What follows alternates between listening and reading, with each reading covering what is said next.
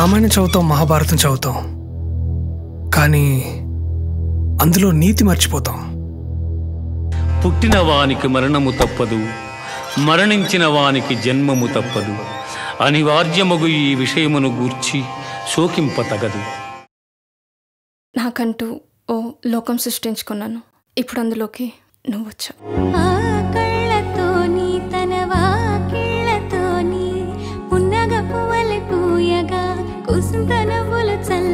రామన్న దేవుడురా, ఆ స్టైల్, ఆ పవర్. నేను దొరనరా, లాస్ట్ దొర బొమ్మల రామారావు. అయినా ఈ కాలంలో ఓట్లని సీట్లని శాసించే డబ్బేరా. మీ దృష్టిలో మా అన్న ఇంకా ఇట్లానే ఉండాలా? మీరే పోతారా హైదరాబాద్కి? మేము పోదా? మీరు నవ్వితే చాలా అందంగా ఉంటారండి. ఏదో తెలియని దిగులు నాలో మొదలైనది, మొదలు నీకై చూసే కళ్ళు,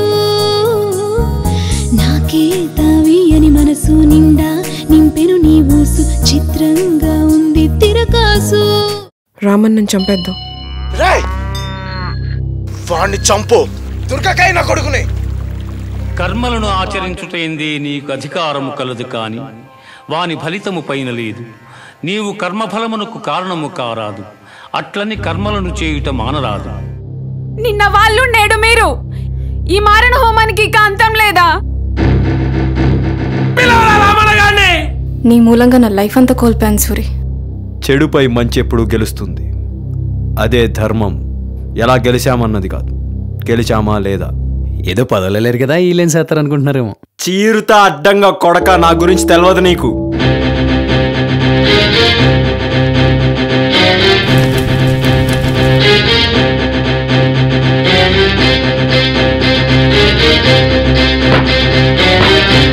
ఈ కథకి సరైన ముగింపు నువ్వు రామన్న ఓడించి ఎమ్మెల్యే అవ్వడమే.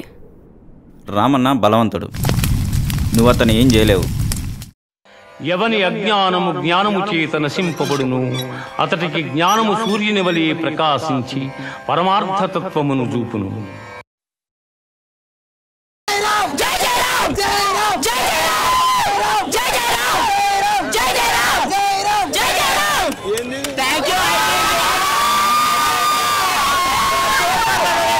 నేను శైలజాకి చాలా ఫ్రెష్గా ఉంది, ఎందుకంటే ఎవ్రీథింగ్ వాజ్ ఫ్రెష్.